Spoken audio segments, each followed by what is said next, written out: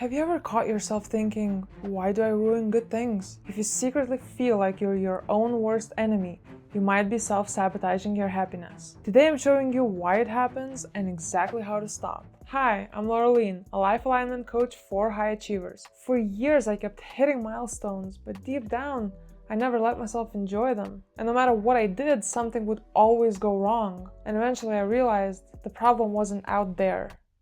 It was me. So today we're diving deep into self-sabotage, what it is, why you do it, and how to finally stop blocking your own happiness. Let's first establish what self-sabotage is. It's when a part of you, usually subconsciously, works directly against your happiness or success. It's not because you're weak, lazy, or broken. It's because a part of you is trying to protect you from things like failure, rejection, disappointment, or anything else that it perceives to be dangerous. Self-sabotage can look like procrastinating until opportunities disappear, starting fights in good relationships, never feeling good enough no matter what you achieve. Now if this sounds familiar, stick around because we're gonna uncover exactly why you do this. Now, here's the deeper truth. These parts that seem to work against you, they're not your enemies. They are not something you should try to get rid of or shut down completely. You don't need to fight them. Every single part of you is trying to help you. It's doing the best they can to protect you. They're usually simply misinformed. Now, for example, there could be a part of you that is trying to protect you from disappointment. So it's going to do everything that you would never get your hopes up. You would never try. You would never get out of your comfort zone. That way you will never get disappointed, right? But from your conscious perspective, you understand that risking disappointment is necessary to achieve success or happiness. So when you do things that feel harmful to you, it's actually not self-sabotage. It's simply a part of you trying to protect you, but it's running on outdated beliefs. Often the core belief is something like, happiness isn't safe. So maybe in childhood, when you get happy, excited, something bad would follow. Like, for instance, you would be a kid running around super excited, and then your parent would say, hey, stop running because you're gonna fall.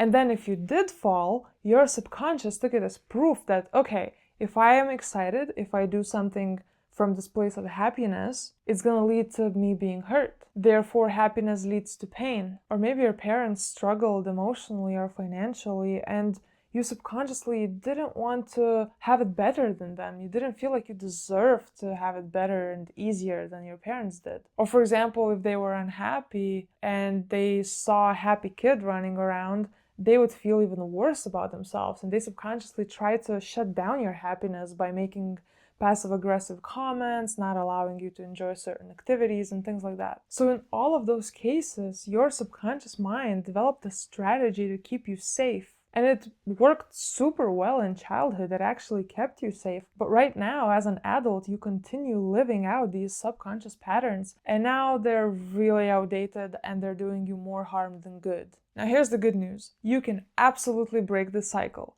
Let me walk you through 3 steps that have transformed my life and the lives of my coaching clients. Step 1, awareness. Start by recognizing your patterns. What are the things that you consistently think, say, and do that stop you from being happy or successful?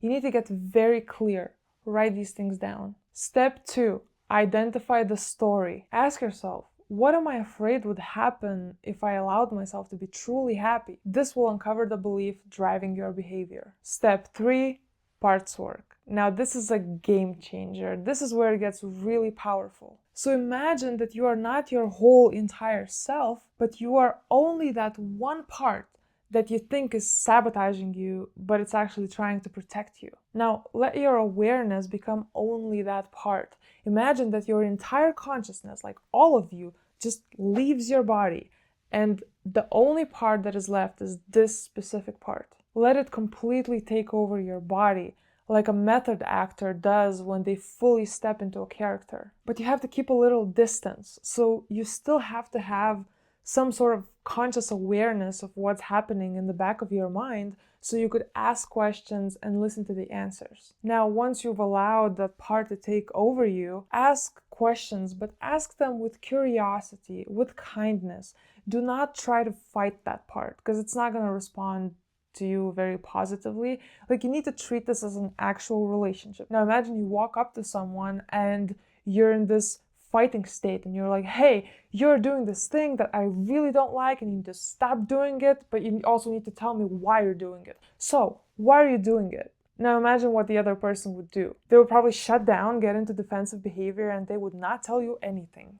Speak to that part super kindly, with compassion, with genuine curiosity. Ask questions like, who are you? What are you protecting me from? What do you need? And then listen to the answers carefully. If there's anything else that you would like to clarify, ask further questions. Ask questions and listen to those answers until you get a full, clear picture of what this part is. You could even get an image in your mind, like how they look like, what age they are, what they are protecting you from, what are their fears, motivations, what they need. Now, once you have this clear picture, gently communicate to this part that it's okay.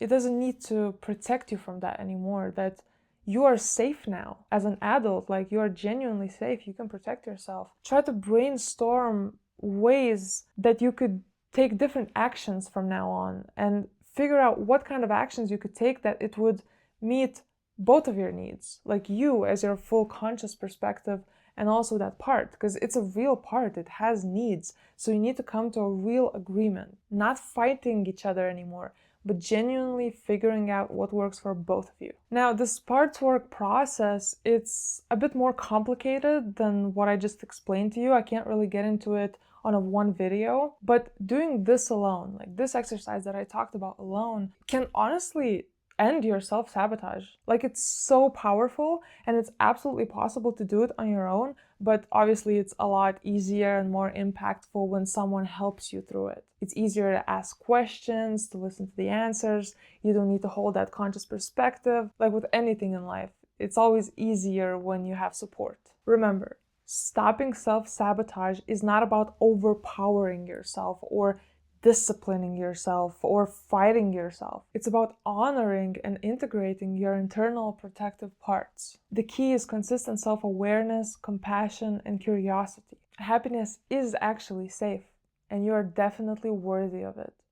If this resonated and you are finally ready to stop getting in your own way, I am currently offering a limited amount of free coaching sessions. They're one-on-one, and in those sessions, I can personally guide you through this deeper parts work process that I just explained to you. We can work on this together so you can finally stop self-sabotaging and actually build a life that you truly want. This work is so much easier with support, and you definitely don't have to do it all alone. Just click the link below to apply, and I would be honored to support you on this journey. If you found this valuable, please like the video and subscribe to the channel. It genuinely helps more people find this message. And remember, your truth matters more than your performance. See you in the next video.